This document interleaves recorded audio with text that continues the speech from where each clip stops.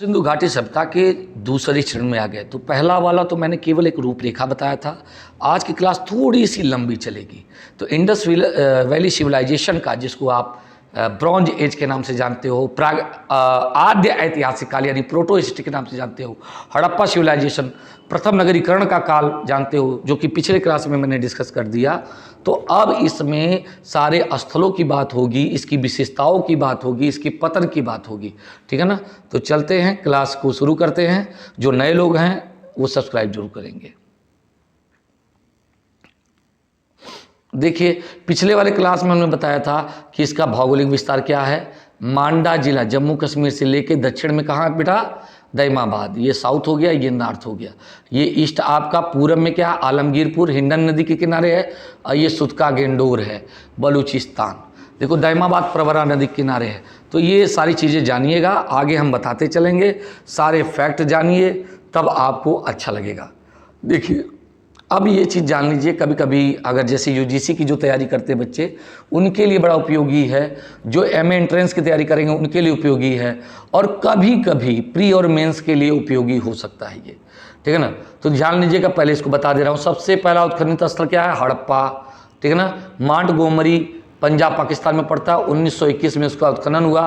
रावी नदी के किनारे है, दयाराम साहनी ने पहली बार उत्खनन करवाया था। तो सबसे पहला स्थल खुदाई हुआ हड़प्पा का, रावी नदी किनारे। ध्यान रखिएगा, सिंध नदी किनारे नहीं है। तो इस नाते ये पहला स्थल था, इसलिए इसका सिविलाइजेशन का नाम भी हड़प्पा सभ्यता कहा जाता है। दूसरा स्थल है मोहनजोदड़ो, ये सिंध में पड़ता है। ठीक है ना बेटा। और ध्यान रखिएगा, मोहनजोदड़ो का खुदाई राखालदास बनर्जी 1922 में, ये सिंध नदी किनारे है। आमरी नाल, ये आमरी जो है, आमरी का एनजी मजुमदार ने करवाया था। एनजी मजुमदार ने चनहुदड़ो का भी उत्खनन करवाया था। ध्यान रखिएगा, मैके ने भी करवाया है, और एनजी मजुमदार ने इसकी खोज की थी चनहुदड़ो की। ठीक है ना।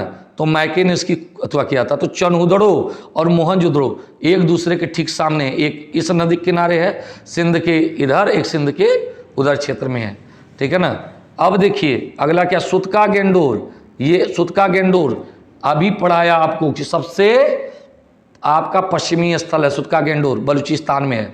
सर ऑरेल स्टाइन ने इसका उत्खनन करवाया था, दास्क नदी के किनारे है। ठीक है ना। अब देखिए, आलमगीरपुर मेरठ उत्तर प्रदेश, यज्ञदत्त शर्मा ने उत्खनन करवाया है, हिंडन नदी के किनारे अवस्थित है। ध्यान रखिएगा इस बात को। अच्छा, फिर रोपड़, ये जो पंजाब में पड़ता है, रोपड़ बीबी लाल इन्होंने खोजा था, यज्ञदत्त शर्मा ने इसका उत्खनन करवाया था। ये सतलज नदी के किनारे बेटा। रंगपुर, ये मादर नदी के किनारे है। ये रंगपुर जो है गुजरात में पड़ता है। वत्स और रंगनाथ राव, ठीक है ना, इसका उत्खनन करवाए थे। घग्घर नदी के किनारे आपका क्या पाई जाती, कालीबंगा। तो सरस्वती नदी के किनारे कुछ लोग मानते हैं घग्घर को ही प्राचीन सरस्वती मानते हैं। तो कालीबंगा जो राजस्थान में पड़ता है, ये डॉक्टर अमलानंद घोष ने इसका खुदाई करवाया था। ठीक है। तो ये स्थल वो है जो सोथी संस्कृति से भी जुड़ता है। यहाँ झूकर झाकर संस्कृति के भी अवशेष मिलते हैं। सिंधु नदी के किनारे पे एक और स्थल है आपका, कोटदीजी। तो यही देखो, सिंधु नदी के किनारे मोहनजोदड़ो, चनहुदड़ो, कोटदीजी आ गया। इसका उत्खनन करवाया F.A. खान ने। अच्छा, लोथल की बात करें बेटा, तो अहमदाबाद गुजरात में भोगवा नदी के किनारे है। कई बार पूछ देता है किस नदी के किनारे है, तो S.R. राव ने इसका उत्खनन करवाया। बाद में माधव स्वरूप वत्स ने करवाया था। प्रभास पाटन KV सौंदर राजन ने करवाया था। ठीक है ना। देसलपुर, अच्छा प्रभास पाटन को नहीं पता है, देसलपुर का KV सौंदर राजन ने करवाया था। सुरकोटदा, इसको JP जोशी। देखो ये इसलिए फेमस है क्योंकि यहाँ से घोड़े की हड्डी मिली है। ठीक है ना। अच्छा, RS बिष्ट, ये बनावली, RS बिष्ट ने किसका खुदाई करवाया था, बनावली हरियाणा में पड़ता है। एक एक का जानकारी दूंगा आगे जाकर के। George F. डेल्स, बालाकोट का उत्खनन करवाया था इन्होंने, जॉर्ज F. डेल्स ने। ठीक है ना। अच्छा, अगला जानेंगे धौलावीरा, भारत का सबसे बड़ा हड़प्पा कालीन स्थल। ये नहीं बेटा, राखीगढ़ी है, ध्यान रखिएगा, ये गलत लिखा है ना। राखीगढ़ी सबसे बड़ा पूरा स्थल है, भारत का नहीं, पूरे हड़प्पा सिविलाइजेशन का, जान लीजिएगा। JP जोशी ने इसका उत्खनन करवाया था। ठीक नहीं, ये अच्छा, ये राखीगढ़ी लिखा था। ठीक है ना। तो JP जोशी ने करवाया था। धौलावीरा का RS बिष्ट ने करवाया है। तो ये आप जानते रहिए, राखीगढ़ी जो है पूरे हड़प्पा का है सबसे बड़ा स्थल। दूसरा मोहनजोदड़ो, ये चीज़ जानते रहिए आप लोग। ठीक है ना। अब देखिए बात करेंगे हड़प्पा पुरास्थल का कहाँ से क्या मिला। देखो इसको माउंट एबी नाम दिया जाता है ना। व्हीलर महोदय ने कहा था इसको माउंट एबी बोला। देखिए प्रमुख पुरावशेष क्या है, ये देखो एक तो पहली बात रवि लिखा गया जल्दी टाइपिंग में, रावी नदी के किनारे है, दयाराम साहनी ने इसका उत्खनन करवाया। कभी कभी सिक्वेंस पूछ देता कि और किसने करवाया उत्खनन, तो एमएस वत्स क्रम से पूछ दिया तो व्हीलर और डेल्स ने करवाया है। इसको प्रशासनिक नगर कहते हैं। यहाँ पे सभी घरों में शौचालय मिलता है, टॉयलेट्स, ठीक है ना। तोरण द्वार का नगर इसको कहते हैं, अर्ध औद्योगिक नगर कहते हैं। इसको हरयूपिया कहा है व्हीलर ने। और ये क्या है अगली चीज़, ये मैसम ने इसका पहली बार उल्लेख किया था, प्रथम उल्लेख, ध्यान रखिएगा। यहाँ पर 2 समाधि स्थल हैं, R37, 90 कंकाल मिले हैं, 57 कब्रगाह मिली है, और एक है HR समाधि स्थल है। और यहाँ पे गठिया रोग की पुष्टि हुई है बेटा।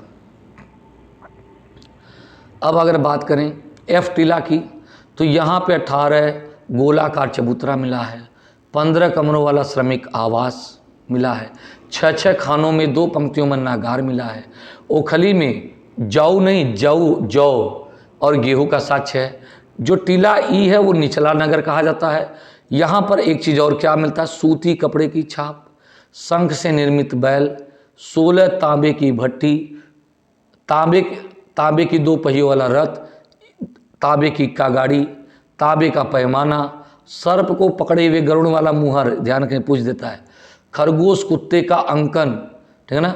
मृदभांड की बात करें, जाल के साथ मछुआरा का अंकन कहाँ मिलता है, किस मिट्टी के बर्तन मिलता है, कहाँ पर, हड़प्पा। दूध पिलाती हुई हिरणी, ये भी हड़प्पा से मिलता है। तरबूज का बीज और शंख निर्मित बैल, ये वो पॉइंट्स है जहाँ से क्वेश्चन पूछे जा सकते हैं, ठीक है ना। चलिए बेटा आगे चलते हम लोग। अब बात करेंगे मोहनजोदड़ो की। देखो कुछ हैं जो ज़्यादा हैं, बाकी सब छोटे छोटे हैं। मोहनजोदड़ो जो है RK बनर्जी, राखालदास बनर्जी ने 1922 में उत्खनन किया, फिर मैके ने किया 27 में, फिर डेल्स ने करवाया। तो इसको हम आध्यात्मिक नगर कहते हैं। अच्छा, दूसरी बात अनुष्ठानिक केंद्र कहते हैं। इसका एक नाम क्या है, मृतकों का टीला कहा जाता है। और स्टुअर्ट पिगट ने क्या कहा है, हड़प्पा और मोहनजोदड़ो को जुड़वा राजधानी कहते हैं। देखो यहाँ से मलेरिया रोग का प्रमाण मिलता है, सुमेरियन नाव का अंकन प्राप्त होता है मुहरों पर। यहाँ पर सबसे ज़्यादा भारी बटकरा और एक श्रृंगी पशु की 2 चांदी की मुहरें मिलती हैं, चांदी की मुहर, ध्यान रखिएगा। और चांदी का कलश भी मिलता है, कहाँ से, मोहनजोदड़ो से। यहाँ से शिलाजीत का प्रमाण और बुने हुए वस्त्र निर्माण का प्राचीनतम साक्ष्य। देखिए सूती कपड़े का प्राचीनतम साक्ष्य तो मिलता है मेहरगढ़ से, नियोलिथिक, मैंने पढ़ा दिया नवपाषाण काल में, ठीक है ना। लेकिन बुने हुए कपड़े का सबसे प्राचीनतम प्रमाण कहाँ है, मोहनजोदड़ो से मिलता है। बृहद स्नानागार, ये भी इंपॉर्टेंट बहुत, कि सबसे बड़ा स्नानागार कहाँ मिला है, मोहनजोदड़ो। अन्नागार का साक्ष्य मोहनजोदड़ो, अन्नागार देखो हड़प्पा में भी मिला है।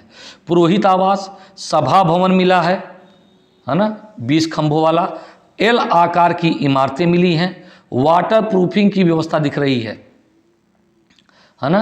वहाँ पर हम देखते हैं कि जल निकासी की बड़ी अच्छी व्यवस्था दिख रही है। शोकपीट मिलते हैं बड़ी संख्या में, प्रत्येक घरों में ऐसा लगता है कि कुएं की प्राप्ति मिली है। वहाँ पर कुएं की प्राप्ति हर घर में। हाथी दांत का फूलदान मिलता है। एक गिलगमेश की मुहर मिलती 2 भागों के साथ। पशुपति का अंकन मिलता है। यहाँ पर एक और बात जो अजीब है, कब्रिस्तान का साक्ष्य नहीं मिलता। और क्या बात है बेटा, बिखरे हुए कंकाल मिलते हैं, बस जान लीजिएगा। इसीलिए लोग कहते हैं कि कुछ लोग आर्यों का आक्रमण का संबंध इससे जोड़ देते हैं, जैसे व्हीलर महोदय कहते हैं। तो ये वो चीज़ें हैं जो देखोगे। ये देखो पुरोहित, तिपहिया साल ओढ़े हुए, कुछ लोग इसका जैन तीर्थंकरों से संबंध जोड़ते हैं, ठीक है ना। ये देखो मोहर जो है श्रृंगी पशु का है। ये कांसे की नर्तकी की मूर्ति मिली है, ये भी बड़ा इंपॉर्टेंट है ना। कांसे की नर्तकी की मूर्ति कहाँ से मिली है बेटा, यहीं से मिली है, ठीक है ना। अच्छा आगे देखो, ये पशुपति की मुद्रा देख रहे हो, इस पे लेखन भी है। इसके एक तरफ देख रहे हो आप लोग हाथी है, गैंडे का अंकन, एक तरफ बाघ का अंकन है ना।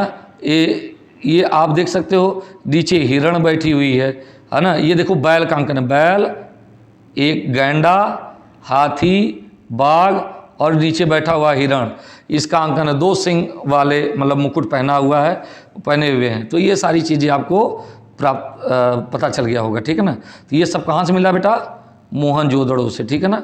चलिए कालीबंगा की बात करें तो देखिए बीबी लाल ने इसका उत्खनन करवाया, ठीक है ना। घग्गर नदी यानी सरस्वती नदी किनारे माना जाता है। यहाँ से सबसे बड़ा प्रमाण मिलता है जुते हुए खेत का प्रमाण, ये क्वेश्चन कई बार पूछा है। झूकर झाकर संस्कृति का प्रमाण, सोथी संस्कृति से जुड़ा प्रमाण, ये क्या है, कालीबंगा। ये प्राक हड़प्पन कल्चर भी अंतर्गत आता है, यानी प्राक हड़प्पा। यहाँ पर 2 फसलों की एक साथ बुआई का साक्ष्य मिलता है और सरसों के बोए होने का प्रमाण मिलता है। देखिए इसको कहते हैं काले रंग की चूड़ी। कालीबंगा का नाम क्या है, काले रंग की चूड़ियाँ। तो यहाँ काले रंग की चूड़ियों का निर्माण केंद्र था। यहाँ पर किलेबंदी जो थी वो कच्ची ईंटों से किया गया। किससे किया गया बेटा, कच्ची ईंटों से किया गया है। लकड़ी की नालियाँ बनी हुई हैं। गरीबों की बस्ती कहा जाता है इसको। अच्छा, दुर्ग और निचले नगर की अलग अलग किलेबंदी। बाकी सब जगह क्या दुर्ग की किलेबंदी मिलती है लेकिन निचले नगर की नहीं, लेकिन यहाँ से निचले नगर की भी किलेबंदी दिख रही है। सड़क पक्के हैं बेटा, ध्यान रखिएगा। 7 यज्ञ वेदिकाएं, पूछ देता है कभी कभी। बेलनाकार मुहर सुमेरियन यहीं से मिलता है। वृषभ की यानी बैल की तांबे की मूर्ति यहीं से मिलती है। ध्यान रखिएगा। यहाँ से एक क्वेश्चन और पूछता है, मातृ देवी की एक भी मूर्ति नहीं मिलती, एक भी मिट्टी की मूर्ति मातृ देवी की नहीं मिलती। कहाँ से, कालीबंगा से। क्वेश्चन पूछ देता है। भूकंप का साक्ष्य प्राचीनतम कहाँ से मिलता है, कालीबंगा से। अंत्येष्टि संस्कार के तीनों विधियां, आंशिक, पूर्ण समाधान, है ना, कलश समाधान, ये कहाँ से मिलता है बेटा, ये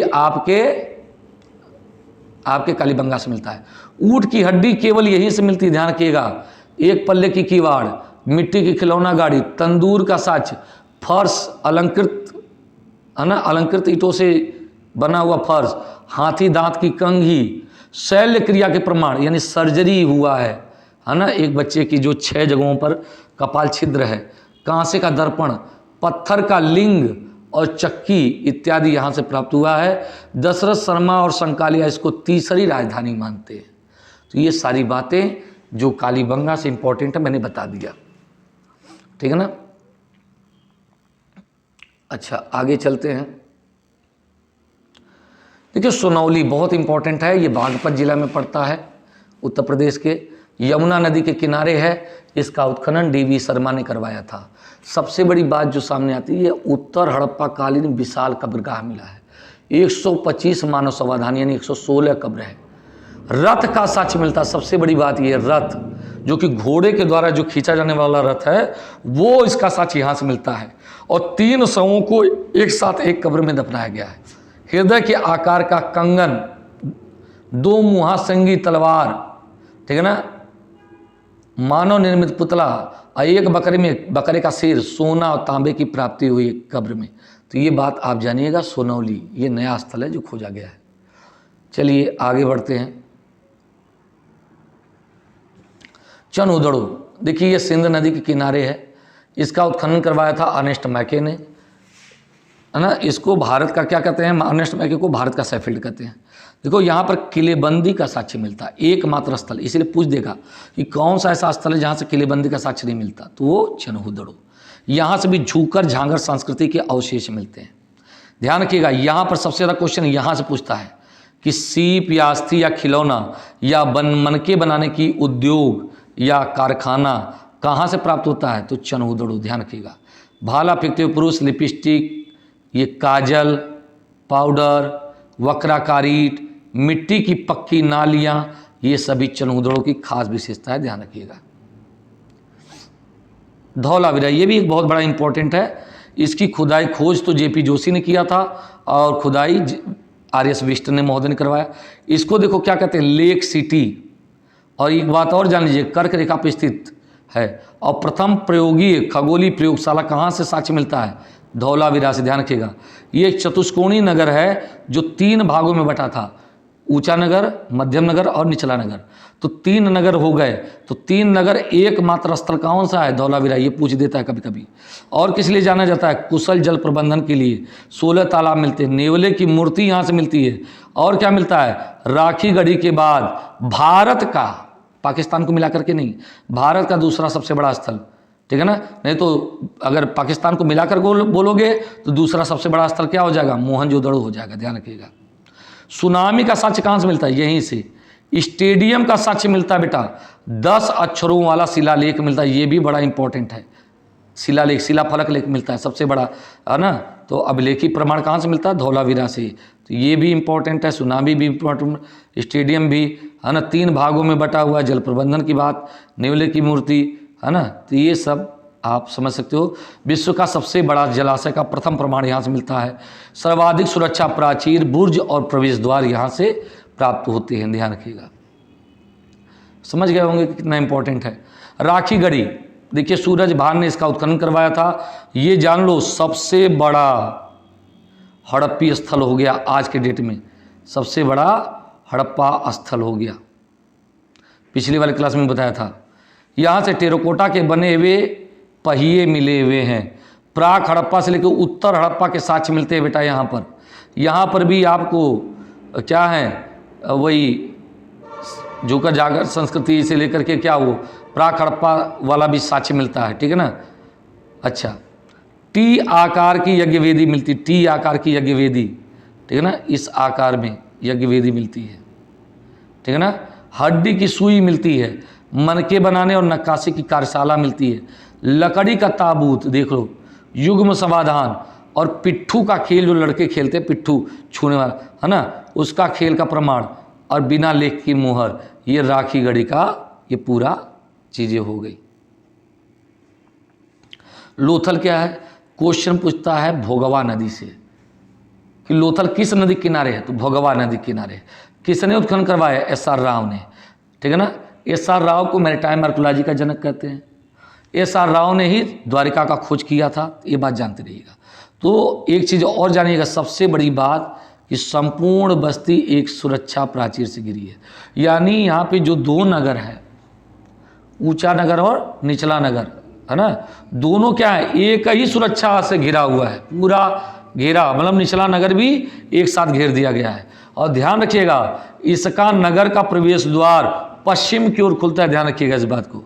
और सबसे ज़्यादा क्वेश्चन कहाँ से पूछता है? गोदीबाड़ा का साक्ष्य कहाँ से मिलता है? डॉकयार्ड, बंदरगाह का साक्ष्य, ठीक है ना, कृत्रिम बंदरगाह का लोथल से प्राप्त होता है। यहाँ से चतुर्भुज अग्नि वेदिका, दिशा मापक, आप लोग देखते हो ना, दिशा मापने वाला, सुई, गोरिल्ला की मिट्टी की मूर्ति, बत्तख का चित्रण, तांबे की मूर्ति, हाथी दांत का पैमाना, ये सब क्वेश्चन पूछे हुए हैं, ध्यान रखिएगा। मनका बनाने वालों का घर कहाँ से मिलता है? लोथल से मिलता है। तांबे की कार्यशाला, और एक पूछता है पंचतंत्र की कहानी, चालाक लोमड़ी और कौवा का कहाँ से मिलता है प्रमाण? लोथल से। साहुल, मिट्टी का साहुल, ठीक है ना, रंगाई वाले कुंड कहाँ से मिलता है? लोथल से। 3 युग्म समाधान कहाँ से मिलते हैं? लोथल से। चावल का साक्ष्य कहाँ से मिलता है? भूसी, लोथल से। और क्या मिलता है? मिस्र की मम्मी का अंकन, लोथल से। और नाव का मॉडल, लोथल से। जान लीजिएगा इतनी बातें, ठीक है ना। इसलिए देख देख करके पढ़ा रहा हूँ और लिखा भी इसलिए टाइप किया ताकि आप लोगों को दिक्कत ना हो। यहाँ पे सबसे ज़्यादा बत्तख का चित्रण मिलता है बेटा मृद भांडों पर। अब देखिए, अब सब छोटा छोटा होगा। रोपण जो है बीबी लाल ने खोदा। बीबी लाल ने किसको खोजा था? एक और वो आपका कालीबंगा। यहाँ पर यज्ञदत्त शर्मा ने खुदाई करवाई रोपड़ की। स्वतंत्रता के बाद खोदा गया प्रथम स्थल कौन है? रोपड़। ये क्वेश्चन पूछा जाता है। और दूसरा क्वेश्चन पूछा जाता है मालिक के साथ कहाँ पर के साथ कुत्ता दफनाने का साक्ष्य मिलता है? वो भी क्या है? रोपड़ है, ठीक है ना बेटा। चर्ट के भटकरे मिलते हैं, ठीक है ना। थोड़ा सा ये टाइपिंग में एरर आता है तो दिक्कत होती है। दाइमाबाद, देखो दाइमाबाद क्या है? सबसे दक्षिणी भाग, प्रवरा नदी किनारे है बेटा, प्रवरा नदी किनारे, ध्यान रखिएगा, सबसे दक्षिणतम। ये उत्तर हड़प्पा से विशेष रूप से संबंधित है। यहाँ पर तांबे के खिलौने और इक्का गाड़ी का साक्ष्य मिलता है, ठीक है ना। मिताथल, देखो मिताथल क्या है? ये हरियाणा में पड़ता है। यहाँ पर तांबे की कुल्हाड़ी और पान का पात्र मिलता है। भिर्राना की बात करो, भिर्राना सबसे इंपॉर्टेंट, सबसे प्राचीनतम स्थल हड़प्पा का भिर्राना है। यहाँ की डेट कितनी गई? 7570 BC के आसपास गई है बेटा। ये सबसे बड़ा ऐसा दिख रहा है, ठीक है ना। यहाँ से हाखड़ा संस्कृति का प्रमाण मिलता है। यहाँ से चौसर का प्रमाण मिलता है, जो शतरंज वाला चौसर होता है, ठीक है ना, ऐसे होता है ना, तो वो वाला चीज़। और गर्तावास का प्रमाण भिर्राना से प्राप्त होता है। कुड़ाल की बात करूं तो जोशी और विष्ट ने यहाँ उत्खनन करवाया था। यहाँ 2 चांदी का मुकुट मिला है, इसलिए कुछ लोग कहते हैं कि यहाँ शायद राजा लोग निवास करते थे। मर्तबान का साक्ष्य कुड़ाल से प्राप्त होता है। ये भी हरियाणा का है साइट। ये कुड़ाल जो है यहाँ से भी आपका प्राक हड़प्पन कल्चर के अंतर्गत कुड़ाल भी आता है, ध्यान रखिएगा। अब देखो सुरकोटदा। सुरकोटदा क्या, जेपी जोशी ने उत्खनन करवाया। यहाँ से पत्थर से ढकी हुई कब्र मिलती है। यहाँ पर भेड़िया या घोड़े, इसी को लेकर कन्फ्यूजन है, हड्डी मिलती है।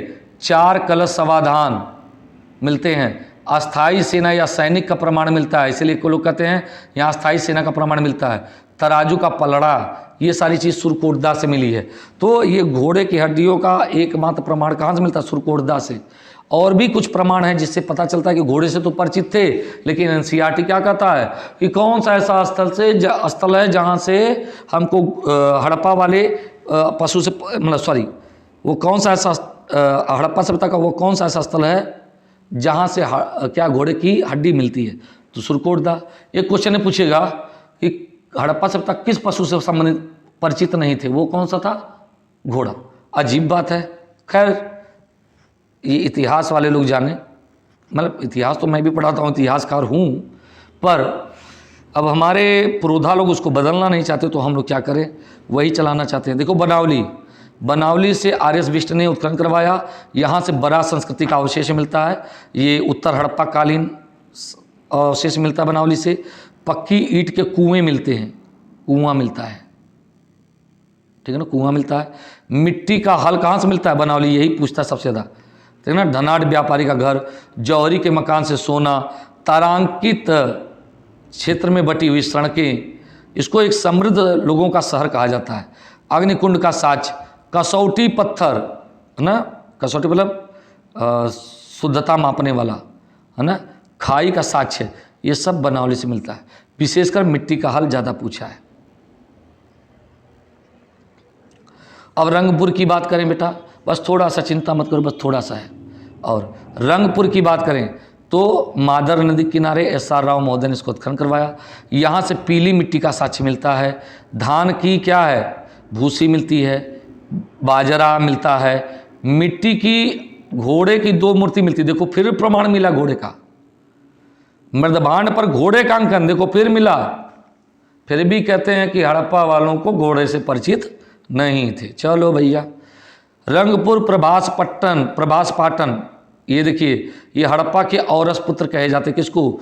रंगपुर और प्रभास पाटन को। रोजड़ी से हाथी के अवशेष मिलते हैं, ध्यान रखिएगा। बालाकोट से, ये बंदरगाह है बेटा बालाकोट, यहाँ से सीप उद्योग का प्रमाण मिलता है।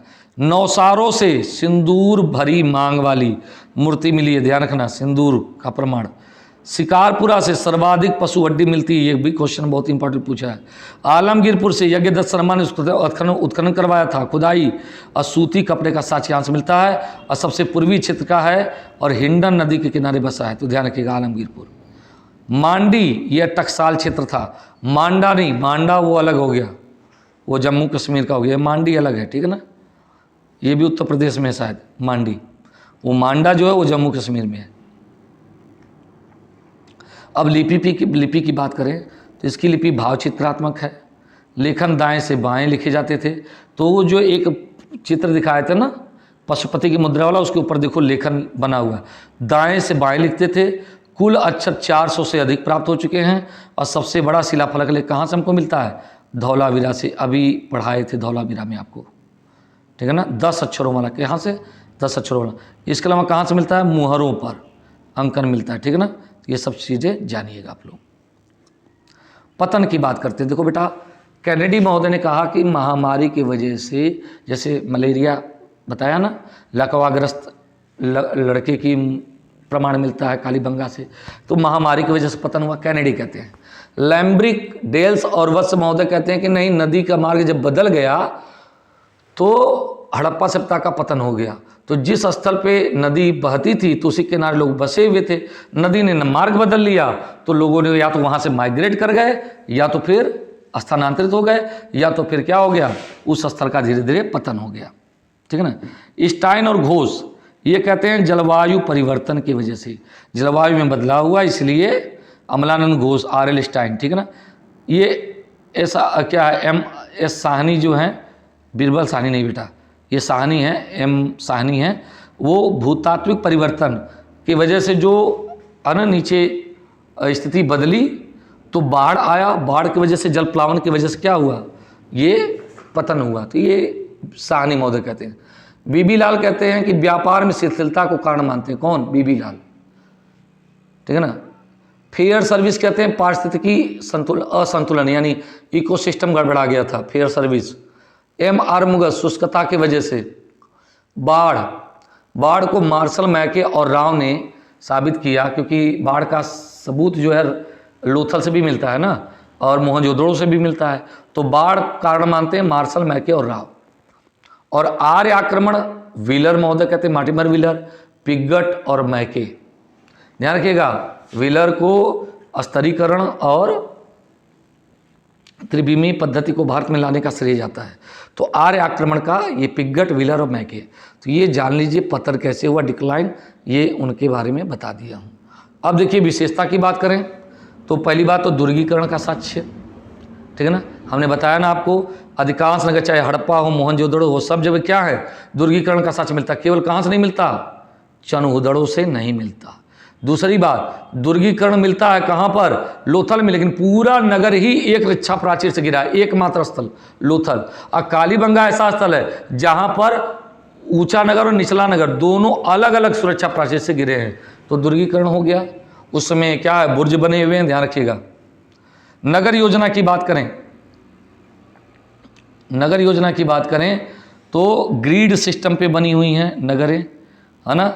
आयताकार, एक दूसरे को सड़कें क्या है, काट रही हैं बेटा, ठीक है। और क्या बात है बेटा, एक और बात जानिएगा, ये बीच का जो सड़क है बहुत ही क्या है, चौड़ा है, करीब 3 मीटर से भी ज़्यादा चौड़ा दिखता है, ठीक है ना, 3 मीटर से भी ज़्यादा है, ठीक है। और सड़कों के किनारे छोटे छोटे चबूतरे बने हैं, लगता है कि यहाँ पर बाजार व्यवस्था रही होगी, ठीक है ना। अन्नागार के साक्ष्य मिले हैं, ऐसा लगता है यहाँ पर क्या अन्न संग्रहण किया जाता होगा। तो ये सारी जो बातें हैं वो नगर योजना को बताता है।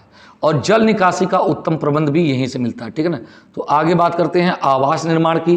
तो आवास जो अधिकांश जो है, जैसे मोहनजोदड़ो से क्या 2 मंजिली मकान मिले हैं, ठीक है ना। सीढ़ी का प्रमाण मिलता है, ठीक है ना। प्रत्येक घरों में शौचालय और कुएं का प्रयोग हड़प्पा और कहाँ से मिल रहा है बेटा, मोहनजोदड़ो से मिल रहा है, और भी जगह अन्य जगहों पे मिल रहे हैं, ठीक है ना। और क्या है, घरों के खिड़कियां जो है मुख्य राजमार्ग की तरफ, लेकिन घर कहाँ खुल रहा है, गलियों की तरफ खुल रहा है, ध्यान रखिएगा, ठीक है ना। और छोटी नालियों से बड़ी नालियों में क्या है, घर का पानी, गंदा पानी जाता था, ठीक है ना। जल निकासी की बात करें बेटा तो अच्छा, आवास निर्माण में वो जो क्या कहते हैं, जो ईंट का प्रयोग हुआ है, फन्नीदार ईंट, कहीं कहीं पे चौकोर ईंट, तो उस समय जो है 4 संबंधे 2 संबंधे 1 का अनुपात मिलता है, ध्यान रखिएगा। सबसे बड़ी ईंट जो है करीब वो क्या है, करीब देख लीजिएगा 10.5 से ऊपर ही है, जहाँ तक मुझे पता है, ठीक है ना। तो 10 गुणे 5 गुणे 2.5 ऐसे समझ लो। तो 4 गुना क्या है, लंबाई है, 2 गुना चौड़ाई है, 1 गुना ऊंचाई है, ठीक है ना। जैसे ये हो गया 10 सेंटीमीटर मान लो लंबाई हो गई, 5 सेंटीमीटर चौड़ाई हो गई, 1 सेंटीमीटर क्या होगी इसकी ऊंचाई हो गई। तो नहीं, ये हो सकता है क्या है आपका इंच में हो, ठीक है ना, ये इंच में है, ठीक है ना बेटा। अच्छा, तो ये चीज़ जानिएगा। जल निकासी की सबसे सुंदर व्यवस्था पूरे विश्व में अगर पहली बार कहीं दिखाई पड़ता है तो वो कहाँ पर है, हड़प्पा सभ्यता में, ठीक है ना। क्या है, घर के गंदे पानी छोटे नालियों से होकर के बड़े नालियों में गिरते थे। इन बड़ी नालियों में सोखपीट बनाए होते थे, है ना, 1-1 फुट गड्ढा, या है ना। उस समय क्या होता था कि कचरा जो होता था वो उस गड्ढे में बैठ जाता था, और नालियों को फर्श से ढका जाता था, और बाद में क्या करते थे, फर्श को ऊपर से हटा करके उस गड्ढे में से उसको बाहर निकाल लिया जाता था कचरे को। इस तरह से नालियों को हमेशा साफ रखा जाता था, और ये जो बाहर निकला उसका प्रयोग आप क्या करते हैं, ये फसलों के लिए करते हैं, ठीक है ना, फसलों के लिए खाद के रूप में। सार्वजनिक स्नानागार मोहनजोदड़ो से मिला है, ठीक है ना, इसके बारे में जान लीजिएगा। अन्नागार हड़प्पा और मोहनजोदड़ो दोनों से मिलता है। भाषा लिपि अभी पढ़ा है आपको, 400 से अधिक लिपि अक्षर पाए गए हैं। और क्या मैंने बताया, भाव चित्रात्मक लिपि, भाव चित्रात्मक लिपि में लिखा गया है, ठीक है ना, चित्रों के रूप में बनाया गया है। और अगला क्या है, दाएं से बाएं लिखा जाता था, ठीक है ना। और सबसे ज़्यादा बड़ा कहाँ से मिलता है, धौलावीरा से, शिलाफलक लेख। मोहरों पे उनका अंकन सबसे ज़्यादा लिपि का प्राप्त होता है, ठीक है ना, अक्षरों का अंकन। धार्मिक विश्वास जान लीजिएगा, ताबीज मिला है, यानी अंधविश्वास लोग मानते थे, और जिसके साथ दफनाया जाता था तो दफनाए वाले चीज़ों के साथ अन्य चीज़ों को भी रखा जाता था। इसका मतलब ये पारलौकिक जीवन में विश्वास करते थे, ठीक है ना। इसके अलावा अंत्येष्टि संस्कार तो हो गया। अगर बात करें, तीन या चार तरह के संस्कार मिल रहे हैं। और धार्मिक विश्वास की बात करें तो वृक्ष पूजा, मातृ देवी की उपासना, मातृ देवी की उपासना, ठीक है ना। एक और विशेषता बेटा, वो है मातृसत्तात्मक व्यवस्था। बड़े पैमाने पर यहाँ पर माता देवी की मणिमूर्ति मिलती है, नारियों का अंकन मिलता है, इसलिए इसको क्या कहते हैं, मातृसत्तात्मक व्यवस्था मानते हैं। तो ये भी इसका एक विशेषता हो गया।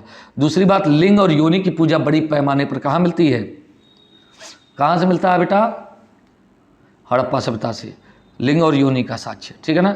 और क्या है, वृक्ष पूजा, पीपल का अंकन। और सबसे ज़्यादा कुबड़ वाला जो बैल है ना, वृषभ ना, बैल का अंकन सबसे ज़्यादा, यानी पवित्र पशु कौन था इसका, वो क्या था, बैल था।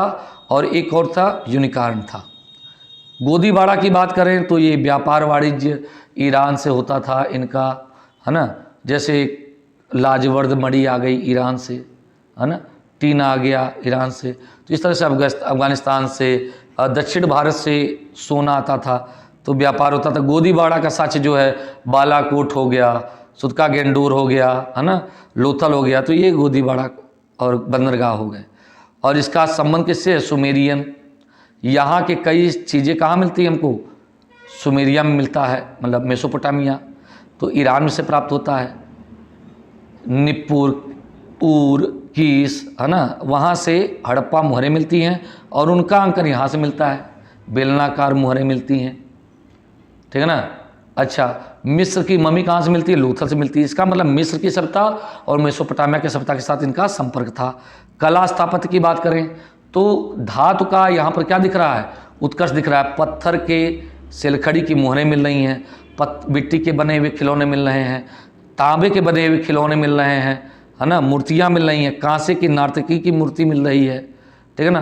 तो ये सारी चीज़ें मधुशिष्ट विधि में वो निर्मित है, तो ये सारी चीज़ें आपको यहाँ से प्राप्त होता है।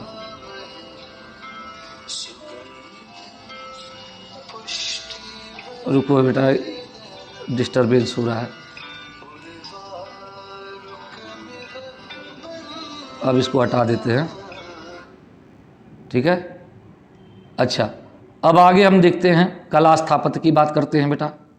तो कला स्थापत्य में ये कांसे के नर्तकी की मूर्ति, तो यानी ये लोग धातु को गलाकर जान गए थे, तो इसकी एक और विशेषता बन जाएगी कांस्यकालीन सभ्यता।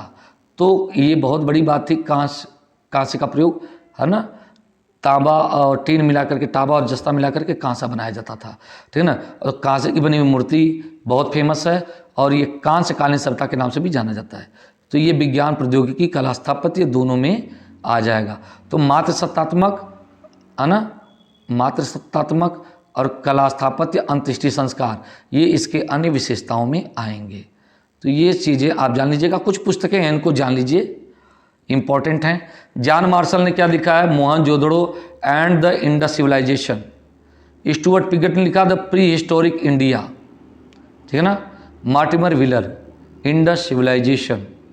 Gregory Possehl, ancient cities of Indus और the Harappan civilisation. Ancient cities of Indus और द हड़प्पन सिविलाइजेशन कौन, ग्रेगरी पोशेल, ठीक है ना। अगला क्या है, ब्रजवासी लाल ने सरस्वती फ्लोज ऑन लिखा है पुस्तक।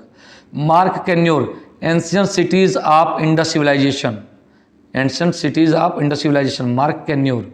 अमलानंद घोष ने in the city in early historical India, और इनकी पुस्तक क्या है, इंसाइक्लोपीडिया ऑफ द आर्कियोलॉजी भी अमलानंद घोष का है, encyclopedia of India, Indian archaeology का।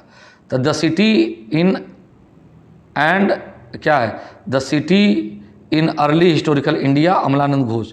बी सुब्बा राव, ये कई बार पूछा, द पर्सनालिटी ऑफ इंडिया, है ना, H D Sankalia the prehistory of India, pre and proto history of India and Pakistan, H D Sankalia. Fairservis का रूट्स ऑफ एंशिएंट इंडिया, ठीक है ना। बी के थापर का क्या, recent archaeological discovery of India, ध्यान रखिएगा। डी पी अग्रवाल का the copper bronze age in India. तो ये इंपॉर्टेंट पुस्तकें हैं जिनको आपको पढ़ लेना चाहिए। मुझे उम्मीद है आप लोगों को आज की क्लास पसंद आई होगी।